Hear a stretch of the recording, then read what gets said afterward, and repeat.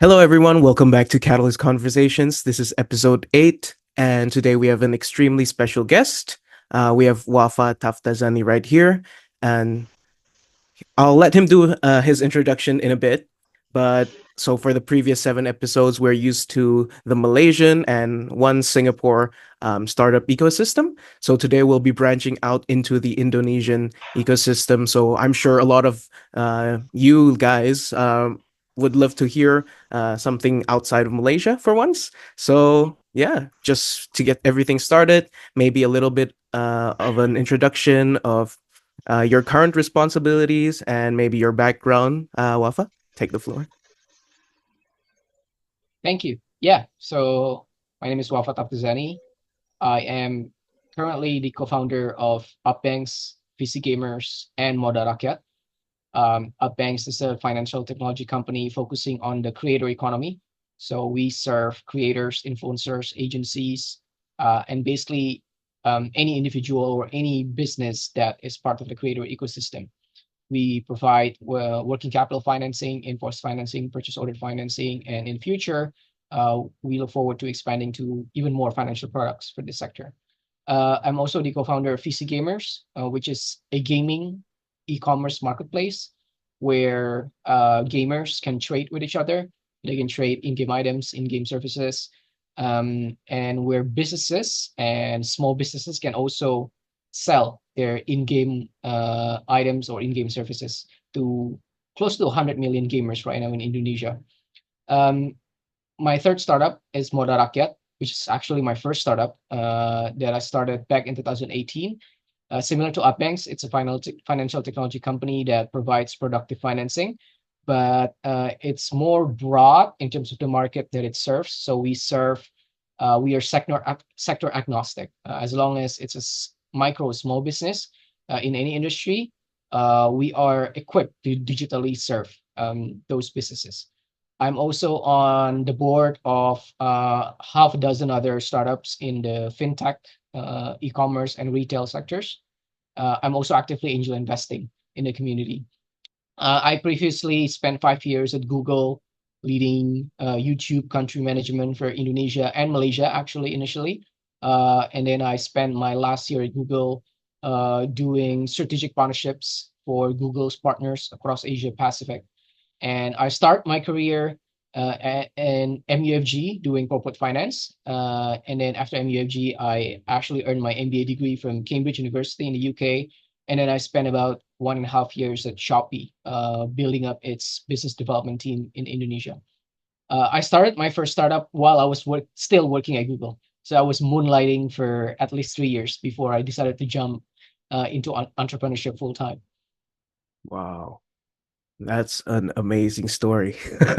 Yeah, that's very cool. I mean, I like the part where you say it's moonlighting for 3 years. I mean, that's a hustling that that really impressed by Wafa. Thank you. Yeah. Looking back, yeah. Uh, Personally, I also don't know how I managed to do it all those years ago. Wow. Yep, that's an amazing story. So, as you mentioned, you started off in corporate, basically, and then I did. eventually you Yeah. made your shift to entrepreneurship full time. Yes. So, let me ask you this question. What actually inspired you to finally leave that major role, especially in Google, in YouTube, where people dream to be, but you took a step of faith to leave that company? Hmm. Yes. I've always been interested in entrepreneurship ever since I was in high school, for as long as I can remember. But this was, small time entrepreneurship ventures. I used to teach English back in high school and when I was in college. And while I was working at MUFG, doing corporate finance, I actually started an interior design and construction firm. So, so I work with a partner that basically helps design and build houses and apartments, which was actually my very first venture. And I started working at Shopee. Didn't have much time to work on any other side gigs while I was at Shopee. But while I was working at Google, which was a company that was and is still, I guess, famous for work-life balance. I found myself with a little bit of free time, and so I decided to dabble again on entrepreneurship.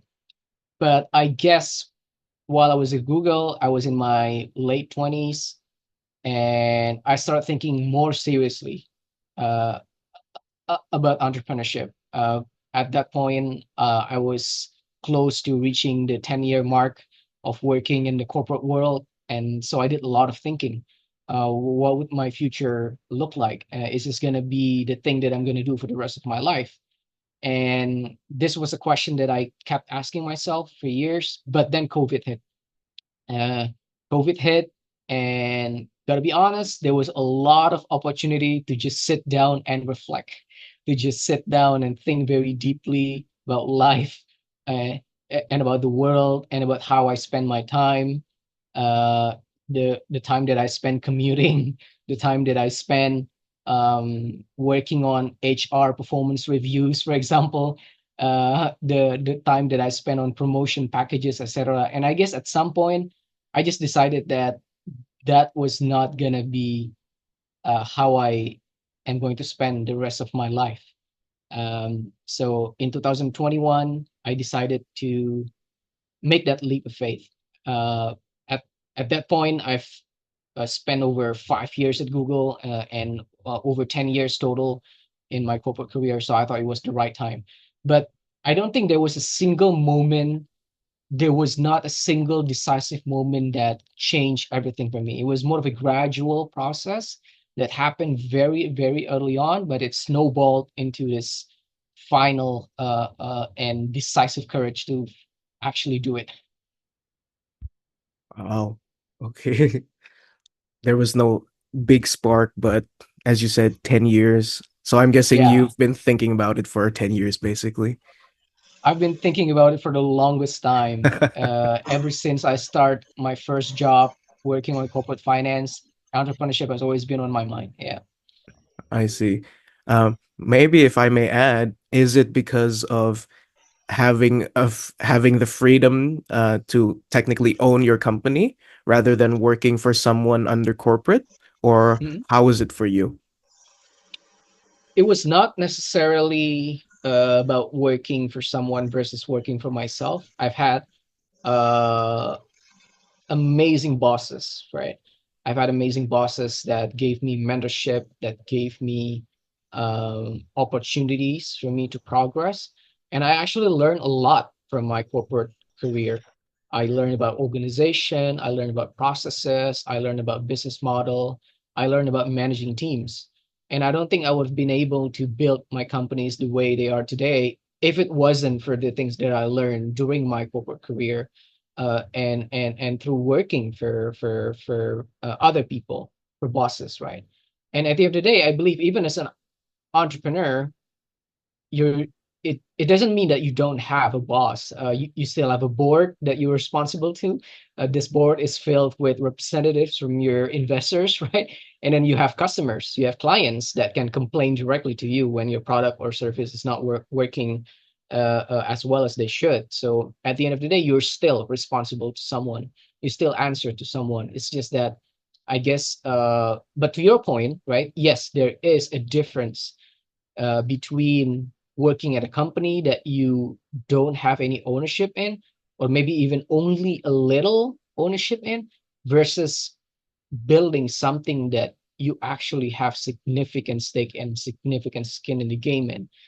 Now that gives me different level and different degree of motivation every morning when I wake up, every night when I go to bed. Yeah, it makes all the difference. Oh, I see. That's great to hear. Mhm. So maybe let's transition more into what you're currently doing, which is definitely Sure. startups and entrepreneurship. So you have definitely made a lot of fundraising. You've made millions in fundraising. Um, Race, I guess, raised, yeah, not made. that's the better term. Yeah. Yeah. Raised millions, and you've done uh over 1 billion in transaction. Correct me if I'm wrong. Yes. Yeah. So what was the biggest challenge that you faced while scaling your ventures to handle those like transactions, over 1 billion of them? Yeah, definitely from a technical standpoint, when your platform grows, when your company grows, um, things will start to get broken, right? Servers that basically freeze for no reason, transactions that don't get processed because of the overload in our infrastructure. There are those technical pain points, but typically they can be solved pretty quickly. We just need to add capacity. Sometimes we switch providers, etc. Right? But then there are non-technical hurdles in scaling companies, and this is actually surprising to me, and I didn't think that this was going to be a major thing that I was going to be working on, but turns out to be people. It turns out that mindsets and skill sets that are required in people when you're building your company from 0 to 1, and then from 1 to 10 is different from the skill sets and the mindsets required for you to take your company from 10 to 100, in terms of how they think, in terms of how fast they have to make decisions, in terms of managing trade-offs between short-term goals and long-term goals, and aligning the different interests different stakeholders have. It turns out to be quite challenging. Turns out to be quite challenging, and we've had to make some tough decisions in basically giving opportunity for external hires and external professionals to take up more responsibilities relative to some of the early people that we've had when we were just starting out. And this is always sensitive and always difficult to manage, always challenging. But I guess that's just the that comes in with the job, right? That's part of the job as a startup founder. So you have to kind of navigate through this. And the other challenge, I guess, is stakeholder, especially external stakeholders. As you grow, you start to engage more critical and more brand name and more large scale stakeholders out there. They could be clients, they could be partners, they could be government bodies, and typically when you start engaging them, uh, there needs to be some maturity brought into the organization that you've started, right? And typically it's a catch up game, right? Sometimes you need to continuously evolve your organization in order to get to this point, but once you get to this point, the stakeholder mapping changes again as you reach a different milestone. So it's continuously playing catch up, I guess. I see. So maybe if we're going to talk specifically more Mm, into the funding side of things, I'm sure. sure the problem is that how to solve a problem is definitely a key thing you need to remember, but Hmm. also funding. I'm sure a lot of people want to know how to secure funding, right? Sure. And with you having a lot of experience in that and have raised a lot of funding as well, what advice would you give to founders who are seeking investment? Yeah, first of all, I guess, well, we have a VC here, so I think we have to put our VC hat on and try to understand what exactly it is that venture capital firms are trying to achieve with their capital. They venture capitalists raise money from LPs, and then on behalf of LPs, they invest this money into startups.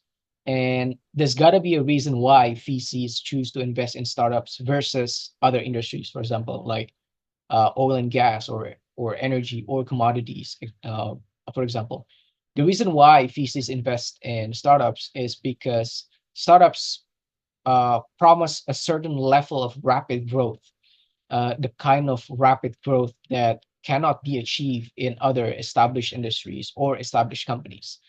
And if we truly understand that, then as an entrepreneur, when you first start building a company, you kind of have to decide whether you're building a startup that is meant to find product market fit fast and scale fast, or are you trying to establish a business? Those are two very different things, in my opinion. Uh, and once you decide that you want to build a startup and you decide that you want to raise funding from venture capital firms, then it becomes clear that the kind of approach you take in building your businesses, and even when choosing your co-founders, for example, when choosing your earliest employees, your first 10 employees will be different uh, compared to when you choose, for example, to start a coffee shop business, for example. These are two very different things. And so once you have that understanding uh, in mindset and in the difference between building a startup and a business, then you go into the nitty gritty detail, I guess, in terms of trying to raise a fund. For example, I personally believe that uh, before product market fit, it's always best to raise just the minimum amount required from your closest network, and maybe even bootstrap a bit yourself until you are certain that you are hitting early signs of PMF, at least some early signs. You may not have the decisive PMF immediately, but if you have some early signs of PMF, that would be the moment when you start to go to market to raise funding, because you need to communicate very clearly to the VCs that you're going to be using this capital to scale. You're not going to be using this capital to experiment and trying to find PMF, because you have solved that problem. You've done your homework, you have figured out PMF, and now you need money to scale. I personally, as an angel investor and as a partner in a VC fund, that would be the kind of startup that I'm looking for. That they have done their homework, they have reached early signs of PMF, and now they raise because they need to scale. So I think to summarize that, if you want to be successful in raising funding as an entrepreneur, try to understand why VCs invest in startups in the first place, right? And help them achieve those goals. If you can achieve those goals, then you'll be able to raise funding. Well, that's a very good point, Wafa. Sorry, I just have to jump in. So, all your startups, like your first startup, the Modal Rakyat, uh, you started with Bootstrap. So you started with your own, and then once you hit a certain PMF, then you only started to raise fund. Does that align with your strategy? Yes, all three of my startups we bootstrap, or Mm, maybe it'll just raise a little, maybe 100,000 mm, maximum 200,000 max from angels that we are familiar with. We get it to a certain point, and then once we're confident that we have reached some early signs of PMF, then we raise. And that is cool. why there is always a bit of delay between the time when I founded my company and the time that I actually closed a round. Mm, Typically, it's 6 months to a year delay. Yeah. cool. Sorry, I have a question. Like, so I really Sure. intrigued. I realized that Modern Rakyat, your besides the VC gamers and also your current upbank, they are fintech related, right? So you have one gaming related, and then the other two is fintech related. And then just now you're Yes. sharing your experiences, was on banking, and you can Google, and then first COVID hits, and then that's where you decide to do venture into entrepreneurship, and then that's your first venture. How do you come up with these fintech ideas? Because I believe that back then, there's still, I would pretty much say pre-COVID fintech is all about e-wallets, right? And Mm. then of course, post-COVID, that's where you get like SMEs fundings, digital banking, and so on that really start to perform. So where do you see that vision, and what makes you wanted to venture into this, at least your first startup in terms of SME lending? Yeah. To be honest with you, every single one of my startup is a product that was initially designed to solve my own personal problem. So, so for example, at Modarakyat, I spent about 3 years at corporate finance, so I knew how financing was done for large corporations, Mm, sovereign entities, and government bodies, right? But it always intrigued me why we could not have the same level of financial access for small businesses. And then I started one on my of my own. I started my own interior design and construction business, and it was extremely difficult for us to get any kind of capital support, whether it's from the formal banking industry, and we ended up having to resort to private lenders that was charging us high interest ridiculous, rate. Yeah. ridiculously high interest rates, right? Yeah. Which brings our project margins down to unsustainable levels. And that's actually part the reason why I decided to shut down the business and go for my master's, because when you add the financing costs, the margins became unbearable. And then I Yeah. graduated from my from business school, and then I start making a bit of money, right, in terms of monthly salary. And then I figure out there was no good option to earn uh, return on your money that is slightly higher than bank time deposits.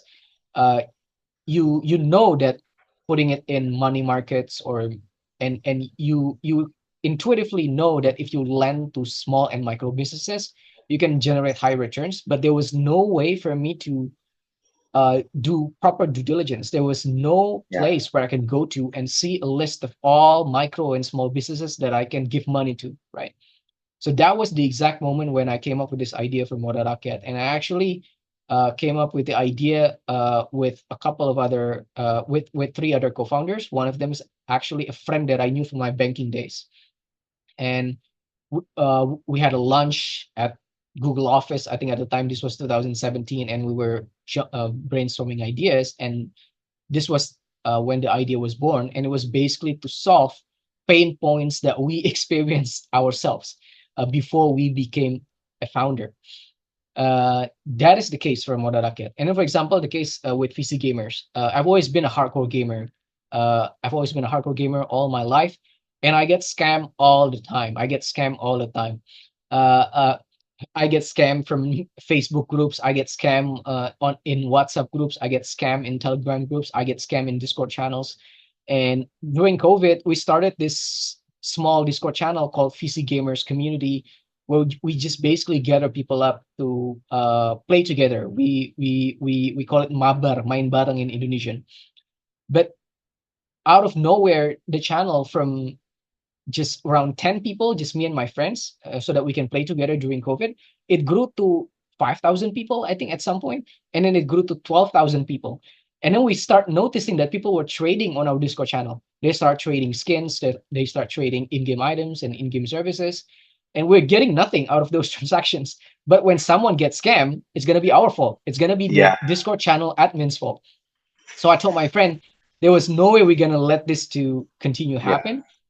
We need to move these wild interactions from our Discord channel someplace else that we can monitor, and maybe build some sort of an escrow system where we hold the money from the buyer until the buyer from the seller, I mean, until the buyer has confirmed that they have received their in-game item or service.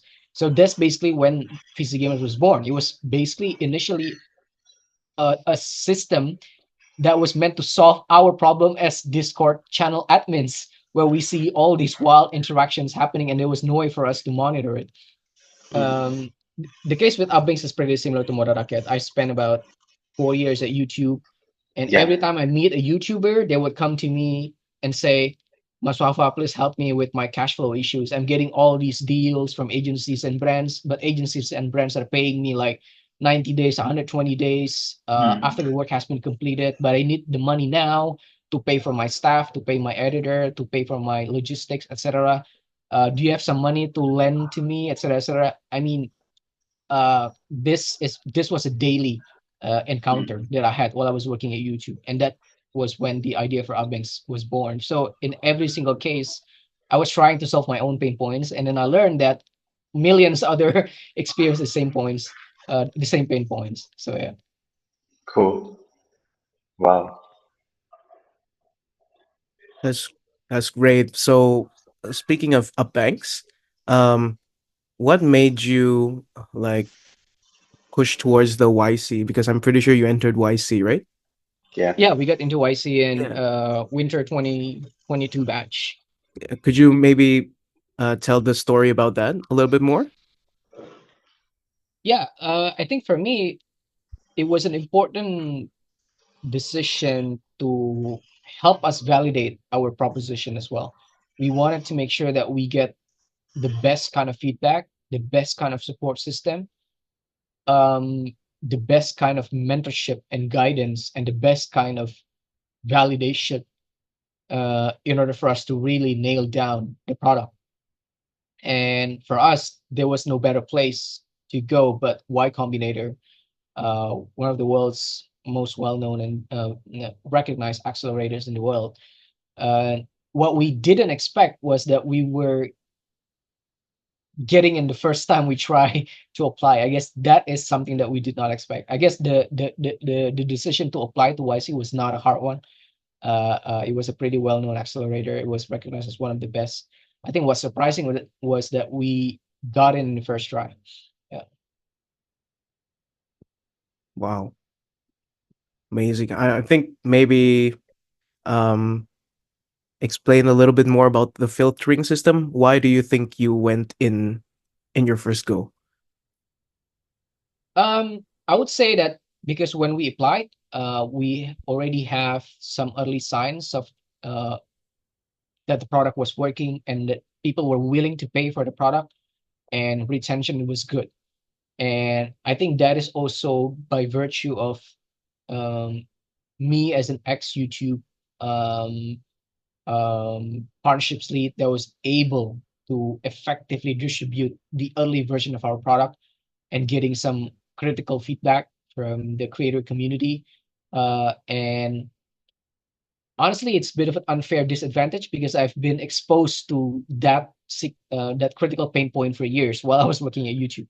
So for me, when I was building the product, I had this very clear vision of what needed to be done in order to solve the pain point for these user segment. And yeah, it was clearly received well, and people start using it, and people actually paid for it. Because when you think about it, there could be sometimes there can be confusion, when you spend so much on marketing. Of course people would download your app, and of course people would pay for your service, and people will be retained on the platform, but then you'll be burning so much money. I guess real PMF is actually when you're not burning so much money, but people keep coming back to your product and keep paying for it, right?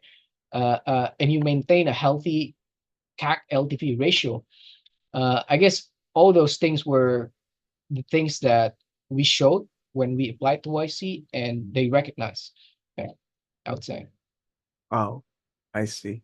That's great. So let's talk about the startups again. Sure. So you would say your main three priorities right now are Mhm. Up Banks, VC Gamers, and Modal Rakyat. And I'm sure all of those have different teams on their own, right? Yeah. Yeah. So, what do you believe is the most critical factor in building a strong, cohesive team? Um, I would say that chemistry between the founders early on is extremely critical. Being able to communicate genuinely, in order to being able to connect uh, across all aspects with your co-founders, and to be able to be honest to yourselves as founders is extremely critical early on. So picking the right co-founders is extremely critical, and you need to be able to be certain that you're in it for the long haul. I mean, startups is hard. Uh, it's not easy. Uh, and it can take many years before your companies uh, um, take off, right? So you need to be able to work people that are in it for the long run, not people who would maybe spend a year, a couple of years trying, dabbling in startups, but when things don't go their way, then they go back to corporate, right? There's so many examples out there where these things happen. You need to have co-founders that are in it for the long run. You know that this is the only thing that they will be doing at least for the next 10 years or so, that they would not rather be doing anything else but this for the next 10 years. Then you will not give up whatever happens. I think that's extremely critical. Hmm. Uh, I yeah. So sorry, I just want to jump right in there before you Sure. move on because I think it's very interesting because I think some of the episodes that we covered as well is about finding the right co-founders. So maybe you can share a bit how you met your co-founders, like maybe from the Mother Rakyat or Bank Mhm. or VC Gamers. VC Gamers, I think is more like you and your friends started Yeah. this community. But what about Mother Rakyat and also the the upbank. I think that is going to be helpful for a lot of founders today, because I think what we believe that finding a co-founder or finding a business partner today is like a marriage, right? Mm, It's always very important to enter to the right kind of mindset. And you mentioned quite a lot of qualities as well. So yeah, can you share some tips and some of the stories that you've been through, like how do you, met your co-founders and you guys come together with this idea? yes. So my first co-founder at Moderakyat was a long time professional acquaintance that I met during my banking days.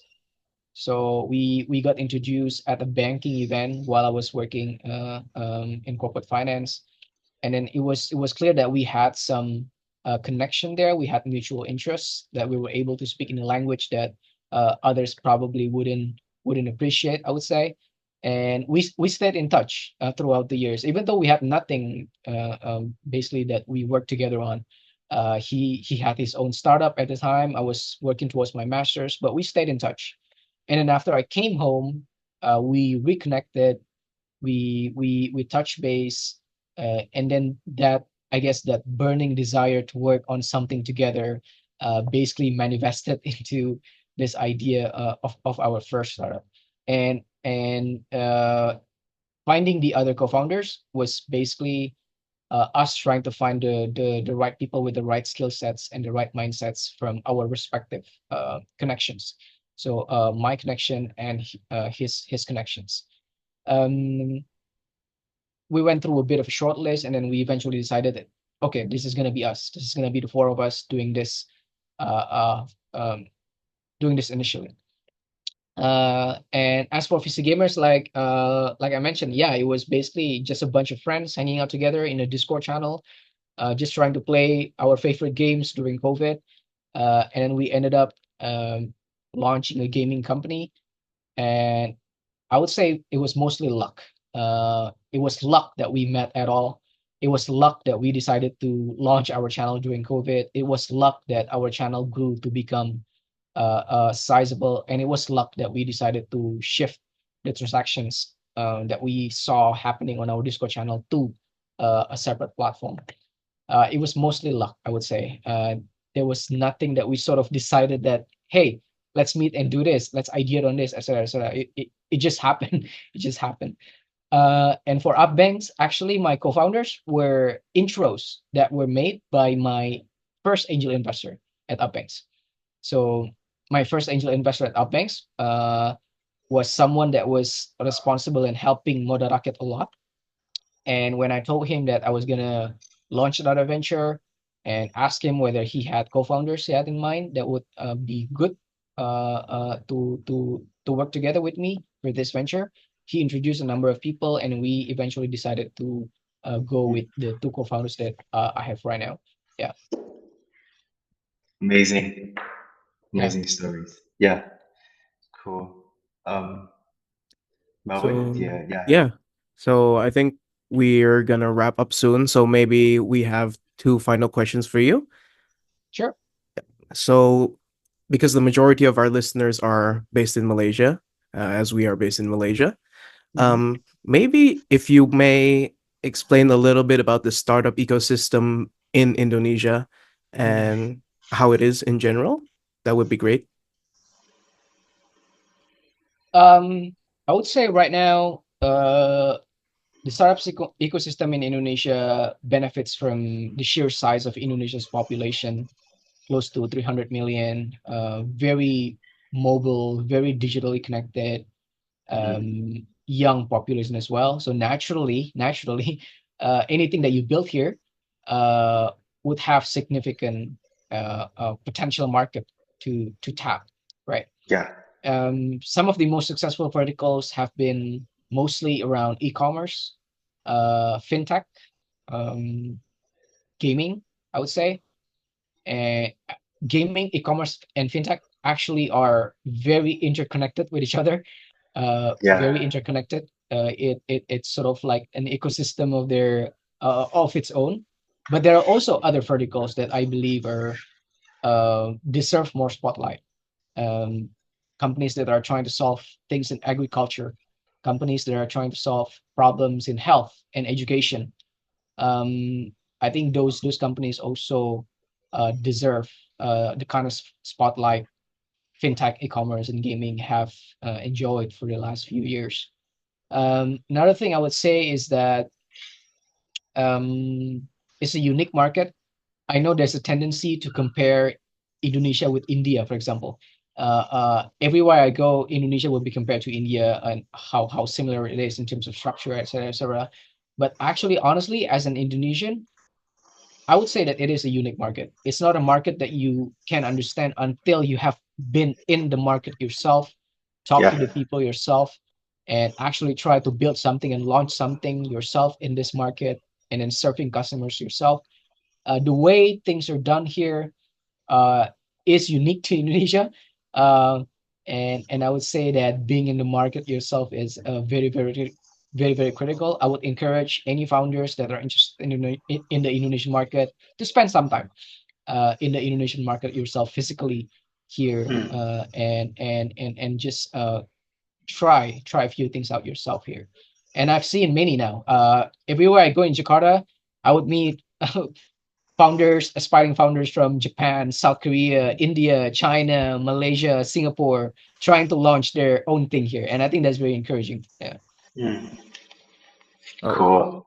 yeah. Even as an Indonesian myself in Malaysia, I feel like, and I don't have the most experience in businesses and startups, Mhm. but yeah, I do feel a little bit of a difference there, even though there are similarities.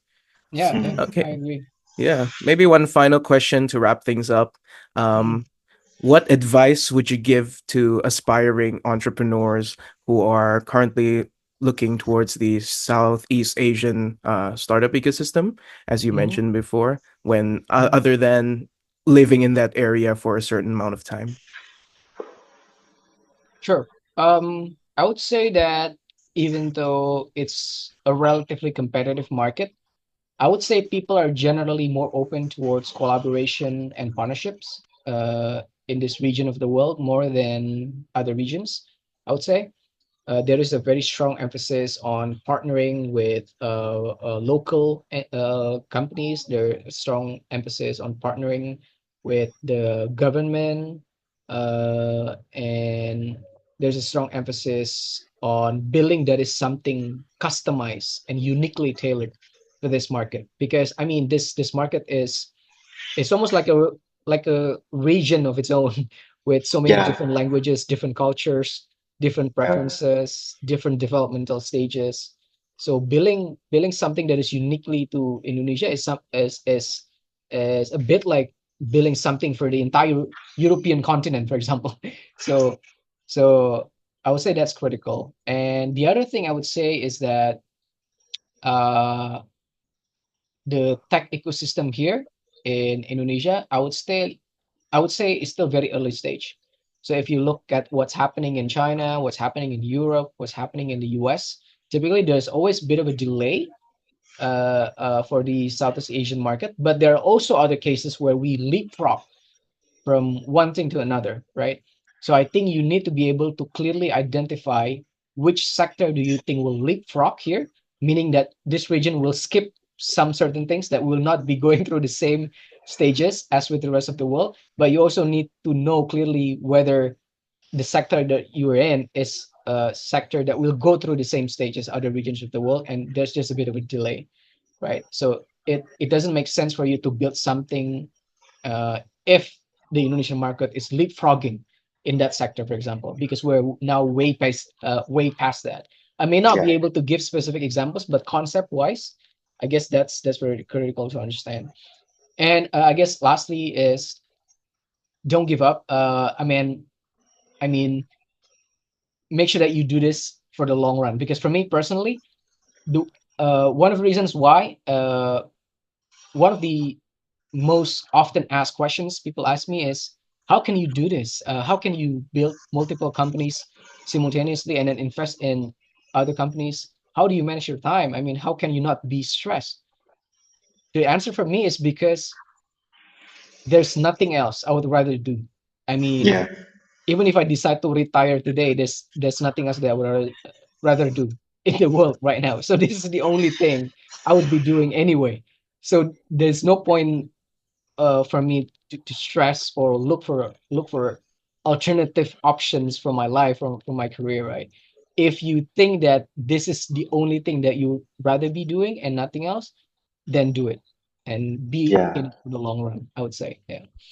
Amazing. Yeah, I was actually about to ask you. I wanted to jump in just now to ask you how you Yeah. manage your time, your energy, because you have so many multiple, businesses, ventures, and Yeah. you're still spending time. Like for example, I see some of your profile, linking you're still doing talks, teaching, to students, to universities, and then you're doing the podcast as well. So Yeah. yeah, I really like what you said. If this is something that you rather do than anything else, then you're in the right place. So amazing sharing. There's Probably another just element to before, that, if I may add. yeah. The other reason why is because I have amazing and extremely reliable co-founders. I have Mm, nine extremely reliable co-founders wow. across three of my companies. I am nothing without my co-founder. I did not Yep. do all of these things alone. There's no such thing as a one-man army here in the Indonesian startup ecosystem. Yep.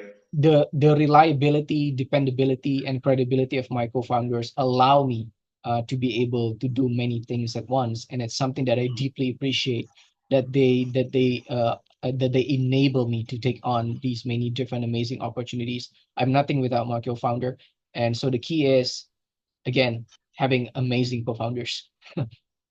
It's very important. Yeah. Yeah. Cool. Yep. So perhaps, before we wrap up this, just like to add on a Mhm. final question. So what's next for you? Like Wafa, you have multiple ventures and you seems like a person that you're always up to trend, and then Mhm. you definitely very well versed with the Indonesian market, with the Southeast Asian market. So what's next for Upbank? What's next for Modern Rakyat, for VC Gamers, for you, Wafa, in this region? Like, is there any expansion to other countries, maybe Singapore, Malaysia, Thailand, or is there any new ventures coming up? Yeah. Yeah. Yeah, so for Modal Rakyat, right now the Indonesian government has set an extremely ambitious target of 8% economic growth. Mm, Um, and I believe that the fintech industry in Indonesia is basically the heart of the Indonesian economy. It is part of the heart of the Indonesian economy. It pumps capital and money into much needed areas in the economy. And so I believe the next thing for Modal Rakyat is to ensure that Modal Rakyat plays a critical role in the roadmap for us as a nation to achieve the ambitious goal of 8% annual economic growth. And we will do everything in our power to help our country to do just that. And I guess for PC gamers, we are interested in regional expansion. Uh, we know that the Vietnamese gaming market is huge. The Thai gaming market is huge, as well as the Philippines. So those are going to be markets that we are very interested in. But we want to make sure we also get the fundamentals right first as well in our core market, which is Indonesia. But the product that we have at PC Gamers is very scalable across the region and across the world. So all it needs is the right local partnerships and the right kind of supply for our marketplace to be able to be present in those markets. So we look forward to that, and we believe that the gaming industry is very very early as well in Southeast Asia. We've seen we've seen nothing yet in terms of its maximum potential for the gaming ecosystem in Southeast Asia. For our banks, there's a shift now. Indonesia, for the longest time, has always relied on extractive industries, and extractive industries has been the core of for our economic growth for the past 2 decades or so. I believe that the creative economy, the creator economy, is a more sustainable, a greener path towards the goal of 8% annual economic growth. The creative economy produces very little carbon footprint. It doesn't extract anything. It doesn't manufacture anything. It doesn't produce massive amounts of waste that need to be recycled, etc. It's at the end of the day, it's the mind, it's the creative mind and the digital infrastructure interacting with each other. I believe it is the more sustainable and greener path towards sustainable economic growth. I'm interested in how the creative industry can actually produce carbon credits that can be sold Mm. to companies that need them, companies that are currently in extractive and energy and oil and gas industries to set to net off their carbon footprint. I'm working on something towards that. There's not much I can share yet. It's still in the Yeah, works, but no that's problem. definitely something exciting that we can all look forward to. Amazing.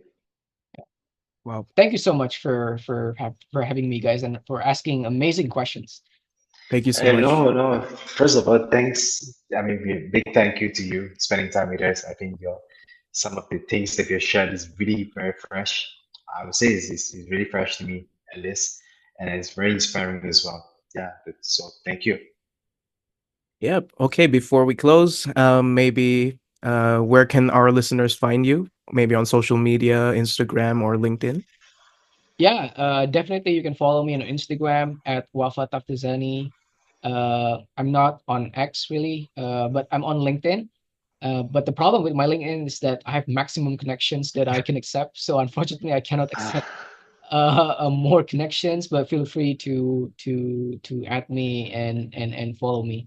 mm, These days, I don't post that much content though because there's so much work to do. But I plan to be more active on Instagram and LinkedIn. Hopefully soon. Yeah. Looking forward to cool. connect. It just shows that Papa is a very famous man. When you hit the maximum numbers of followers that you can. Wow, that's cool. That's very cool. Yeah, I think LinkedIn needs to work on that. Why there's no reason why you should you can only have a limited number of connections. Mm, Yeah. And yeah. how about your companies? Are they also on Instagram and LinkedIn? Yeah, they're all on Instagram, they're all on LinkedIn as well. We regularly post job openings as well on our LinkedIn and our Instagram. So if you're interested to explore, definitely stay tuned on those pages. All right. I think that's all we have for today's episode. Once again, thank you so much for agreeing to be on this show. And yeah, it's great. Thank you. It is my See pleasure. you guys. See all of you guys in the next episode. Yeah. Thank you, Wafa. Yes. To See you. close, thank you so much for tuning in. This is the final episode of our first season of Catalyst Conversations, and we'll be coming back next year with new ideas and new guests as well. So stay With tuned. more Indonesian guests for sure. That's our goal. We need more Indonesian founders to share the insights. Yeah. All right. That's it then. Thank you so much. Take care.